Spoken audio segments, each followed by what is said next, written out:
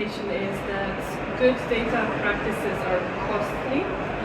So data processing demands technological, financial, and human resources.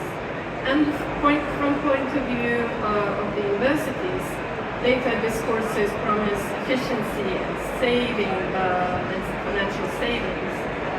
But the research points to an incredible amount of labor that needs to be put into datafication. So this includes both academic and admin staff helping and collecting with data collection, sorting data, checking, tweaking, evaluating, re-evaluating products and processes, and just changing their practices all the time.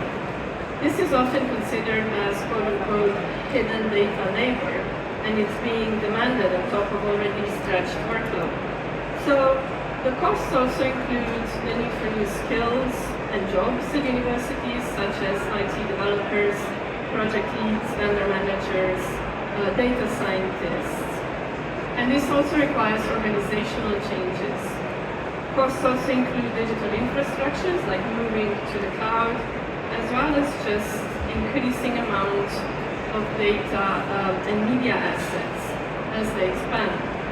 Quite importantly, a lot of our participants from universities were talking about a mismatch between data collection on the one hand and what happens after.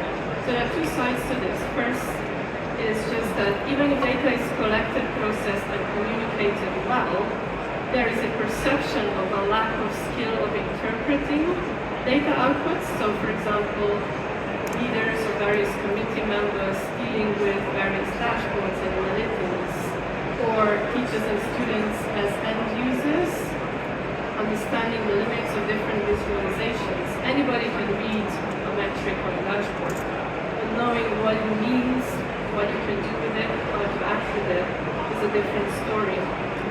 And then the second part of this is also acting on data insight, which is quite costly. Say, for example, a university based on data finds that they need to organize an intervention for students. But then there's a lack of money for that intervention. What happens then? And what follows data collection and processing is an important part of datafication as a whole.